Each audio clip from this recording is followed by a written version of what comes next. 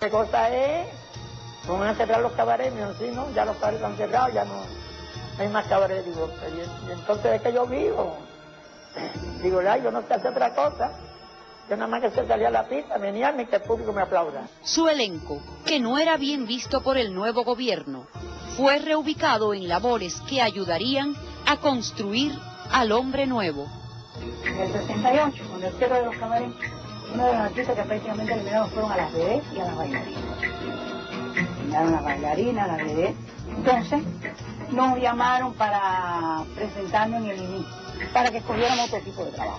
Lavandería, tintorería, pizzería, cajera, toda una serie de cosas. Y me pasaron mi carta y yo me presenté allí. A la vez no pensando que fuera eso, yo pensé que me iban a ubicar en otro lado. Me dijeron que no, que eso lo cabía. Yo dije, bueno, yo nada que termine en IA. Ni lavandería, ni tintorería, ni pizzería. Yo no tengo nada que ver con eso, porque yo lo único que sé hacer es lo que estaba haciendo cuando se cerró el cabaret. ¿Cantar? ¿Cómo se las arreglaron los artistas de cabaret en un país donde prácticamente todo escaseaba? Será nuestro próximo tema aquí en Raíces y Recuerdos. Pero antes, muy buenas noches, ¿eh?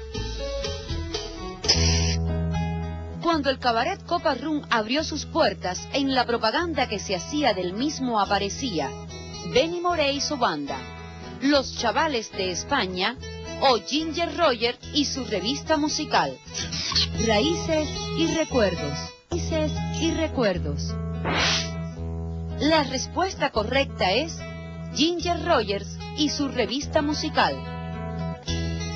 Aquello parecía un acto de magia negra. En lugar de sombra para ojos, tiza de color. Ante la ausencia del betún, el fruto de cierto árbol. Y así por el estilo. He aquí, señoras y señores, cómo los artistas del cabaret en Cuba inventaban para actuar en un país donde, reitero, escaseó todo menos el aire. Y cuidado. El concepto glamoroso de los cabarets de los años 50 se había desdibujado cuando el gobierno cubano decide reabrir parcialmente algunos centros nocturnos con el objetivo de atraer turismo básicamente de países socialistas. En Montmartre se acabó a principios de los 60, se acabó, se cerró. ¿Qué pasó con Sanssouci? Se cerró. ¿Por qué? Bueno, porque soplaron otros vientos y de pronto esa Habana nocturna, esa Habana de cabaret, esa Habana que no dormía, esa Habana farandulera, ligera, donde vivían la música, el baile, y también vivía, por supuesto, el juego, y la droga y todo, y la prostitución y todo, y la belleza y la fealdad y todo, porque era una ciudad donde la vida tenía todos los matices posibles.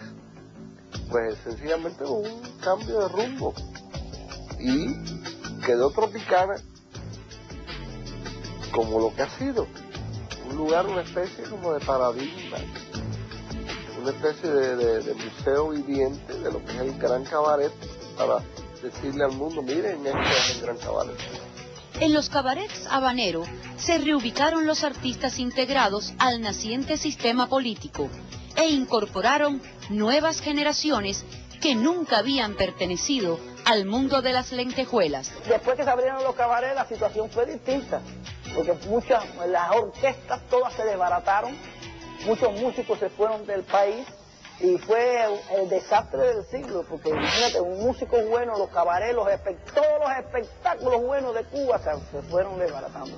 Y cuando abrió el cabaret ya no fue igual, era retomar una serie de cosas que ya los recursos ya habían mermado, ya no era igual, ya una situación un poco difícil, pero nosotros seguíamos ahí, hasta la música cubana, chicos. La música cubana ya no se podía casi ni poner. Nosotros ahí decía Teresa, tú verás, vamos a esperar porque tú verás que eso va. Nosotros teníamos que hacer música que venía de Yeye y no sé qué cosa, y para aquí, para allá, y la música nuestra no la podíamos hacer porque ya estaba vieja, ya pertenecía a otras etapas, de otras cosas, y entonces no podía poner música. Los temas de los shows se tornaron sobrios y aburridos, recreando largos pasajes de la historia y la música cubana.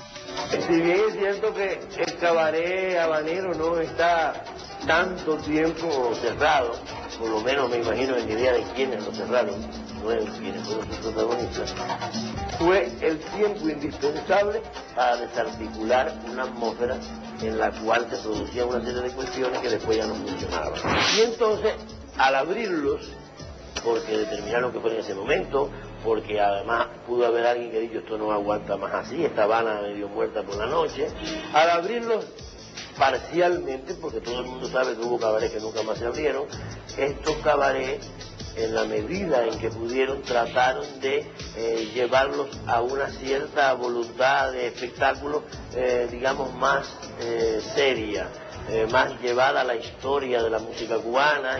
De ahí empiezan a nacer esos grandes panoramas de la música cubana que comienzan por los negros cortando caña y la canción española y acaban con el carnaval, donde se baila mambo, aquellas revistas, y introducir en el cabaret tanto una suerte de comedias como de personajes, digamos, cantantes cubanos o mujeres u hombres que nunca habían estado en el cabaret. Yo creo que eso no es un condimento malo, porque en el cabaret, como en la novela, te digo, cabe como género cualquier cosa, pero evidentemente la picardía del cubano, el doble sentido del cubano que está implícito en su música popular, en los mejores momentos ha estado muy altamente de relieve en el cabaret, y eso ya lo había perdido. La crisis económica del país provocó que las plumas y el fastuoso lujo con el que brillaron en todo el mundo las superproducciones de antaño fuera reemplazado por vestuarios decadentes e improvisados. El trabajo del diseñador de vestuario en estas épocas de los años 60, los años 70 era duro, porque el espectáculo musical requiere de mucha producción y nosotros realmente económicamente no teníamos suficientes recursos. Entonces tuvimos que apelar a toda una serie de ideas y de cosas que se aportaron al cabaret para que el espectáculo tuviera lucimiento. De esto surge que, bueno, el vestuario de nuestro espectáculo tiene características propias. Los espectáculos europeos y norteamericanos de este tipo de teatro musical se basan mucho en la pedrería y en las plumas. Nosotros no teníamos acceso a eso, entonces tuvimos que inventar con tul y con otro tipo de materiales, bueno, que los trajes nuestros tuvieran lucimiento. Después, cuando abren ya el cabaret, ya no empiezan a situar, a trabajar en los lugares, ¿no? En los mismos cabarets, algunos cerrados, que estas tantas horas no lo han vuelto a abrir otra vez. Y entonces lo que sí nos facilitó la ropa. Se nos facilitó 3 metros de tela, un par de zapatos que yo le puse la marca No Me Olvide. Yo le puse la marca No Me Olvide porque eran durísimos. Pero era lo que tenían en ese momento para darnos y con mucho amor lo cogimos. Y entonces lo que nos poníamos de acuerdo. ¿Qué te vas a poner hoy? El guarabiado azul, no me avisa, pero yo ponerme entonces el guarabiado verde. Entonces hacíamos eso, nos combinábamos para no salir todos vestidos igual. Y en esta noche de cabaret no podía faltar una persona emblemática del mundo del cabaret aquí en Miami y obviamente en Cuba, la señora Nora Flavia. Bienvenida, buenas noches. Buenas noches, muchas gracias. Nora, ¿cuál es el pacto que tú tienes con el diablo? Uy, el pacto mío en lentejas y caminar mucho. ¿De verdad? Sí, me gusta. O sea, mucho nada de caminar. carbohidratos fuertes, arroz, pan, galletica, De nada. vez en cuando. ¿Y extrañas el cabaret? Sí, lo extraño mucho. ¿Qué fue el cabaret para ti?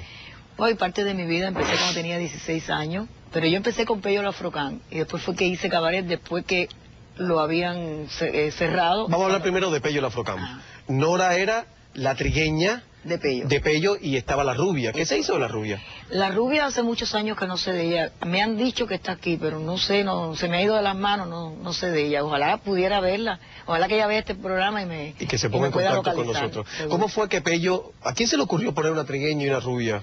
A Pello. Al propio Pello. A Pello porque él tenía, después puso las cinco razas. Primero puso una rubia, después me puso a mí, después puso una mulata, una jabá, y así puso 5 bailarinas, pero nosotros como era la rubia, la trigueña y el negro, como que a la gente le... ¿Y era fácil mucho trabajar con Pello Lafrocán? Sí, él era muy simpático, muy agradable, sí. ¿Y te acuerdas del Mozambique, todo perfectamente? Y lo bailas perfectamente. Perfectamente, eso no se olvida. Nora, en el cabaret, ¿cómo fue que empezaste?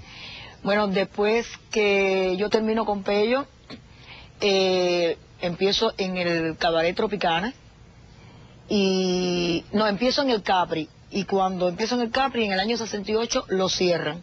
Hemos hablado esta noche de eso, la llamada ofensiva revolucionaria. Exacto, lo cierran y a mí, yo estaba ya maquillada para salir y llega Carlos Montezuma, que fue de cabaret en cabaret, a decir que esa noche se cerraba el cabaret por un tiempo y nos mandaron a estudiar y yo estudié caja y chequería, que no tenía nada que ver conmigo. Ni te gustaba ni nada. No tenía nada que ver conmigo y entonces después cuando se abren los cabarets, empiezo en Tropicana. ¿Y qué sentiste en el momento en que clausuran los cabarets y tú te quedas, digamos, a la buena de Dios? Me había hecho toda mi vida eso y me quedé así como, pero bueno, como estábamos todas las bailarinas estudiando, pues no nos sentimos tan mal en ese aspecto porque éramos muy jóvenes y tú sabes que la juventud se adapta mucho a todo y estábamos muy jóvenes, entonces estábamos todas juntas estudiando y fue por muy corto tiempo, la verdad. Ahora dime una cosa, cuando tú le dijiste a tu padre y a tu madre, voy a trabajar en el cabaret,